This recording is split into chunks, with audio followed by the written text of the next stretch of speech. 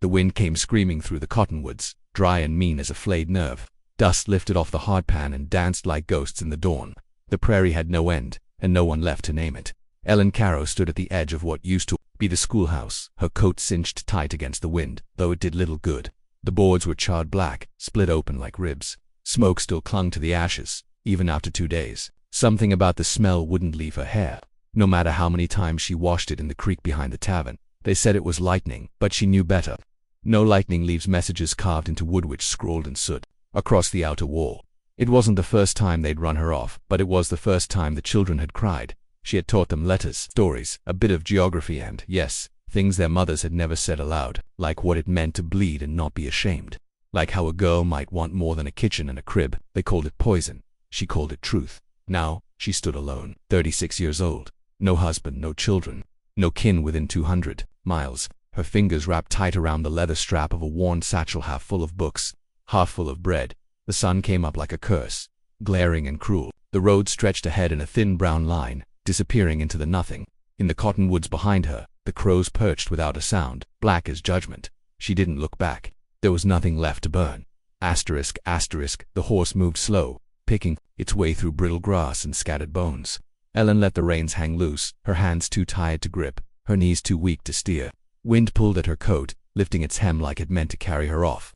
The sun was climbing now, hot and pale. Each breath scraped her throat like sand. By midday the world blurred. Sky and earth melted together into a bright and pitiless haze. Sweat ran down her neck, dried, then came again. Her lips had cracked. The ache behind her eyes pounded in rhythm. With the horse's steps the town was long behind her. She didn't know how many miles, maybe 20, maybe 30. The numbers stopped meaning anything once the land swallowed the road and gave back nothing but silence. No one followed. That was a mercy. Her mind drifted in loops. She remembered the morning she buried her own blood behind a barn in Nebraska. Alone, no ceremony. Just a bundle of linen and a handful of soil. The preacher had stood in the doorway afterward and told her that women who tempt the Lord must be prepared to bleed for it. He said it with a mouthful of biscuits she had baked, but she had not answered him. She had not spoken for 3 days after now. The fever crawled back, it shimmered behind her eyes and made the horizon tilt. She tugged the reins to stop, but the horse stumbled before obeying, its ribs showing more each day. She slid down, her boots sinking into cracked earth, took 2 steps. Then her ankle twisted in a patch of loose stone, and she went down hard. Her knee slammed into dirt. Her hands flailed for balance and found only thorns. She stayed down, dust settled on her like a second skin. Blood beaded at her heel where the old blister had torn open. Her tongue stuck to the roof of her mouth. The sun pressed against her back, like a branding iron. I am too much, too little, too wrong, too late. The words rose unbidden, not a prayer, not a curse, just a string of truths no one had ever spoken out loud but her.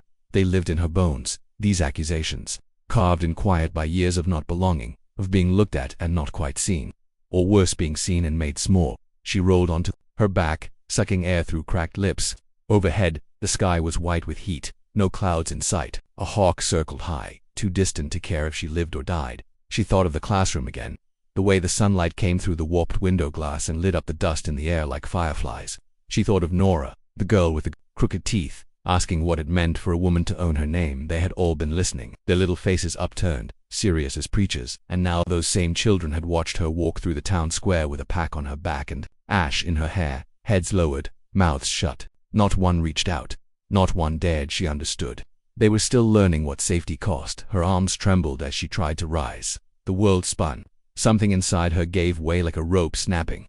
She collapsed back into the dirt with a strangled gasp on in that moment. She did not pray out. She simply lay still and watched the wind chase a curl of ash across the ground. Her breath slowed. Her pulse echoed in her ears, deep and dull. If death was coming, she thought, it would not need to hurry. She was already halfway gone. Asterisk, asterisk, the heat pressed down like a hand, but Elon's mind drifted to colder days, back to the Wyoming winters of her girlhood. She remembered her mother's fingers, thin, quick, always stained with thread dye, a thimble on one thumb, a needle always tucked somewhere behind her ear. The small house smelled of boiled cloth and turpentine. They never had much, but her mother had a spine like iron and a voice that whispered stories after dark. She taught Ellen to read by candlelight, with pages torn from old railway schedules and sermons left behind by passing preachers. She would trace each letter slow and proud, even as the house groaned in the wind. One night, Ellen's father caught them, his breath sour with whiskey and anger. He struck her mother across the face so hard that a tooth loosened.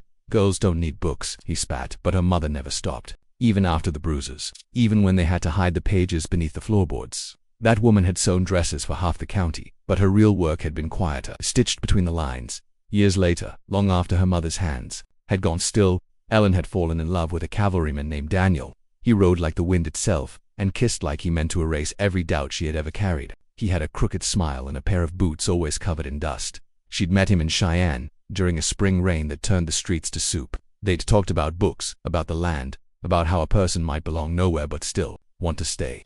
He had asked her what she wanted most in the world, to build something that won't burn. She said. He had nodded and held her hand like it was a vow. Then came the letters, always folded neat, with ink that smeared in places. The last one came just before he was killed near the San Carlos line. Arrows through his chest and back. It said, "Make your own world, even if it's made of smoke." She had folded it twice and kept it in her boot, close to the bone. It had never left her. Later, she stood at the front of her first classroom, heart pounding harder than any thunderclap. The desks were crooked, the walls thin, but the children had leaned in when she spoke, wide-eyed and open. She taught them the names of rivers and how to trace the stars. She'll let them read stories where girls slayed beasts and boys wept without shame. In the afternoons, the light would stretch long across the wooden floor, turning dust into gold. She had never felt so close to heaven. But towns are small, and hearts are smaller. Rumors grow like weeds, and nothing green lasts long under suspicion. In one town she was called a temptress, in another, a witch, in yet another, simply dangerous, a woman who read too much, spoke too boldly, smiled too little. They never said it to her face, but they sent their verdicts through silence. Invitations not extended, windows shut as she passed, the sheriff's warning by way of a boot print on her porch. And so she moved, from one county to the next, a name whispered like a warning, a woman alone, too proud to bow. Now, lying in the dust with her breath growing shallow, those memories came not like comfort, but like echoes. A girl with a lantern under her blanket, a man with blood on his saddle, a teacher with chalk on her skirt, brushing back tears. She had wanted so little, just space to build. A room full of questions, a place where no one flinched when a woman spoke. Instead, the world had offered her fire, and she had walked through it, over and over, alone. The light was blinding, hot and white, pressing behind, her eyelids like knives. She had stopped feeling her hands some time ago. Even the pain in her ankle had dulled to a distant throb. Her heartbeat thudded in her ears, slow and heavy, like hoofbeats moving away. Then the sun disappeared. A shadow fell over her face, broad and sudden. She opened her eyes to a shape tall as a tree, the sun flaring behind it. She squinted, vision broken into shards. The outline was all edged, shoulders wide enough to carry a door, arms roped with muscle, skin the color of dry earth. A battered, had a face she couldn't see clearly, only the way it didn't move, the stillness of it. Something in her stirred, not quite fear, something older than that. The man bent low and slipped his arms beneath her back without a word. His hands were rough but careful. He lifted her like she weighed nothing, like a bundle of kindling. She wanted to speak, to ask where, why, who, but her mouth wouldn't shape the words. All she managed was a cracked sound in her throat as her head fell against his shoulder. He smelled of smoke and sweat and horses. The next thing she remembered was water cold and stinging as it hit her face. She sputtered, tried to sit up, but a heavy wool blanket kept her pinned. The man was there again, squatting beside her, silent. He handed her a tin cup, waited while she drank, then another. His eyes were gray, like ash rubbed into stone. He didn't speak, just stood, walked to the other side of the small wooden room, and leaned against the far wall. The place smelled like pine tar and old tobacco. One window, one cot, a bucket of water, a rifle leaning in the corner. Nothing more. He did not ask her name, did not offer his. That night, she woke to the sound of him thrashing in his sleep. The cot across the room creaked as he rolled, groaned, cursed under his breath. Then louder. "No more graves," he growled. "No more boys." His voice broke on the last word, cracking like wood under ice. She did not move, just lay in the dark, watching his shadow twist in the moonlight. A man big enough to crush her skull with one hand, reduced to a whispering thing clawing at dreams. Morning came slow. Light slipped in between the wallboards, casting long stripes across the floor. He was already gone. The door opened, the sound of water somewhere nearby, maybe a creek. She sat up, dizzy but breathing. Someone had left bread on the stool beside her and a clean cloth for her ankle. The canteen sat full on the floor near the hearth. A small carving of a horse, half finished, lay beside a knife. She reached for the water, throat still burning. Whoever he was, he had not left her to die, not yet. The days bled into each other like ink in water. They did not speak much. Words seemed too heavy, too sharp, too easy to drop and never pick up again. So they moved around each other like ghosts, careful and slow. Ellen limped less with each morning. She took to pulling weeds near the side of the shack, found a rusted hoe in the corner and started dragging shallow rows in the dirt. The soil was stubborn, full of stone and grit, but it gave a little under her hands. One morning Bo joined her, said nothing, just dropped a handful of corn seed into a palm and walked off. By the end of the week, there were 4 rows planted awkward and crooked but hers. He showed her how to strike a flint to catch kindling. His fingers were thick and scarred, but he worked the stones like they were part of him.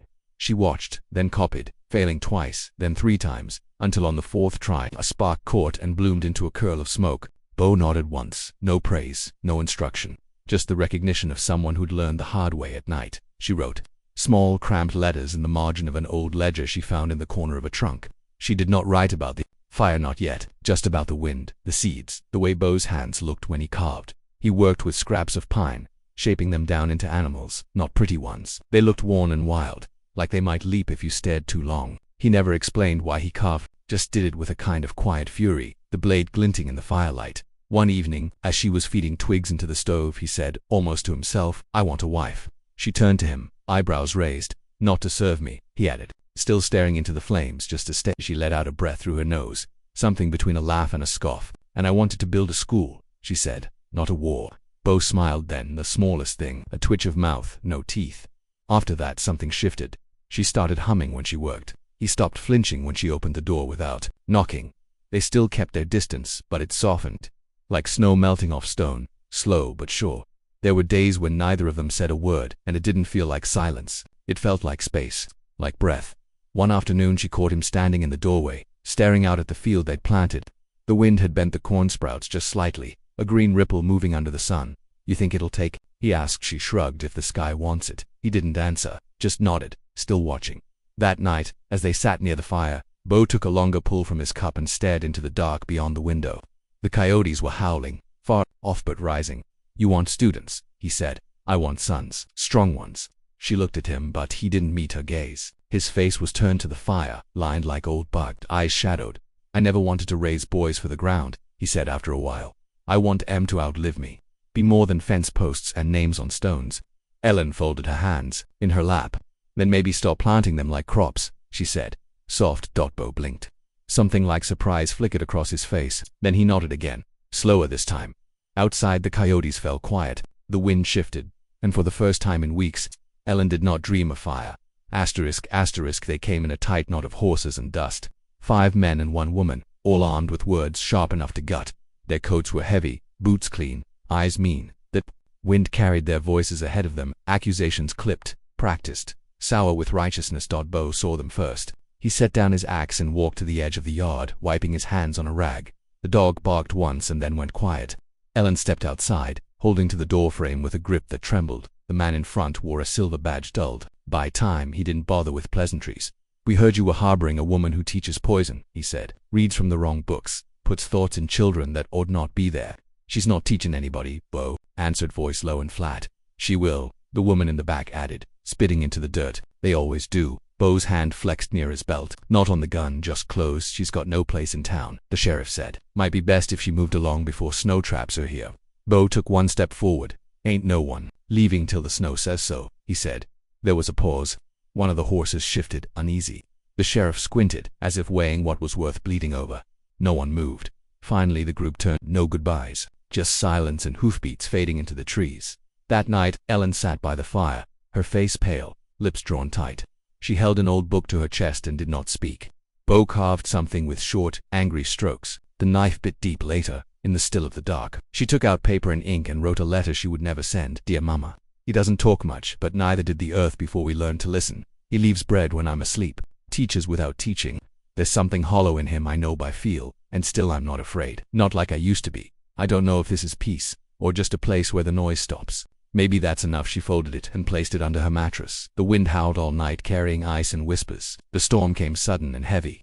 Snow fell in thick sheets, coating the world in silence. By morning it buried the path to town. The cabin stood small but steady beneath its weight, smoke rising straight from the chimney.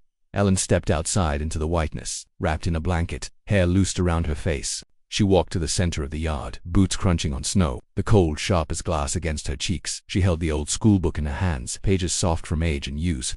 Her fingers found a line she remembered, one she'd read to children, in softer times. She cleared her throat and began to read aloud. The words rose like smoke, curling into the white sky. No one was there to hear, but she kept going. Bo stood behind her, just far enough not to interrupt. In his hand was a blade not drawn, just held. He walked to the tree stump by the edge of the yard, set it down, and stepped back. He said nothing. She finished the paragraph, closed the book, looked out over the snow-covered field where corn stalks had once stood proud and golden. She did not know what would come next, but the sky hadn't fallen, and neither had she. In the hush that followed, even the wind stood still. Spring came like a secret, slow and careful. The snow pulled back in strips, revealing the battered shapes of what had survived beneath. The creek, frozen for months, cracked open and began to whisper again, low and winding, as if afraid to speak too soon. Birds returned, one by one, first the jays, then the meadow. Their songs stitched themselves into the air, tentative, then louder. Ellen stood by the doorway one morning and watched the stream trickle over stones worn smooth. The light was softer now, edged with gold instead of white. She closed her eyes and let the sound of it settle into her bones. A boy showed up first, 10, maybe 11, with mud on his sleeves and hunger in his eyes. Said nothing, just stared at the house and the woman who answered the door. She let him stand there a while before opening it wide. The next week, he came back with his sister and a cousin from the quarry camp a mile east. None of them could read, but they knew how to sit still, how to listen, how to want. She cleared the small table and placed 3 wooden stools around it. Her old book opened with a sigh, and the children leaned in, wide-eyed and quiet. Bo said nothing, but the next day, a 4th stool appeared. A week later, he began building again. Just beyond the cabin, where the land sloped toward the creek, he raised a 2nd structure bigger than the first, rough boards and a tar paper roof, but steady. His hands knew the rhythm of lumber and nail. He worked all day, sleeves rolled, jaw tight. Ellen brought him water at noon and stew by dusk. He took both without a word, but sometimes his hand brushed hers when he reached for the cup one morning when she stepped outside to fetch kindling. She saw it hung just above the doorframe of the new building, a wooden sign, carved deep, Caro School. She touched the letters like a prayer. Splinters caught at her fingertips, but she did not pull away. They never spoke of love. There was no need. Each morning Bo poured water into the basin, then stepped aside so she could wash. Ellen would lay a pen on the table before breakfast, careful, centered, like a small ceremony. He carved at night, she wrote. Their silence grew companionable. In her journal, between lesson plans and supply lists, she wrote, maybe this is not a life built of love, but of something quieter, endurance, shelter, a roof that does not leak, a face that stays. Bo began planting again. This time, 3 long rows of corn where the soil gave more willingly than it had last year. He lined them with stones, straight and clean. When she asked why 3, he shrugged and said, for the sons, the sturdy ones. She smiled but didn't answer. They watched the children grow surer in their letters, bold in their recitations. One girl wrote her name on the blackboard and underlined it twice. Bo sat in the back on those days, arms crossed, face unreadable, but he always stayed. Then came the morning Ellen stepped out to find Bo sitting alone on the porch, elbows on his knees, staring into the field. The sun had only just crested the ridge, spilling amber light across the yard. She moved to say something, but stopped. His shoulders were trembling. No sound came from him, just the shake of breath, slow and deep, like something long held, finally giving out. His hands covered his face. When he looked up, his eyes were wet. She had never seen him cry, not once, not even in sleep. When the past clawed at him, she did not ask why. She sat beside him, close enough to feel the heat of his arm. They stayed like that for a long time. No words, no promises, only the creek moving somewhere behind them, and the birds stitching their song into a morning that did not ask for anything more. The prairie did not end, but the wind softened. What once howled now hummed, brushing gently through the tall grass, tugging at the loose threads of a quiet morning. Smoke curled from the chimney in slow, thoughtful ribbons, rising toward a sky pale with the first light of day. Somewhere beyond the fence line, a child read aloud, voice steady and sure, stumbling now and then, but always finding their way back to the words. Ellen sat by the window, still as a light that pooled across the floorboards. Her hands rested in her lap, fingers folded loosely, a threadbare shawl draped across her shoulders. Sunlight touched the silver in her hair, warming the lines etched deep into her brow. She did not seem old, only well-worn, like something that had been carried far and used for its purpose. Outside, the field stirred. A boy with boots too big for his feet chased after a girl with windblown braids. Laughter rang out, light and sharp, bouncing between the pines. The corn had taken. So had the trees. So had the children. On the table beside her, the journal lay shut, its pages full. Not all of it neat. Some scratched through. Some left half-finished. But all of it hurts. She looked out toward the hills where the creek curved and disappeared into shadow. Somewhere beyond, there were still towns that would not have her. Still men with badges and mouths full of dust. But here, this place, this morning, it was enough. She smiled, soft and without urgency. She did not speak, and though no one could say for sure how the story ended, the house still stood, and the smoke still rose.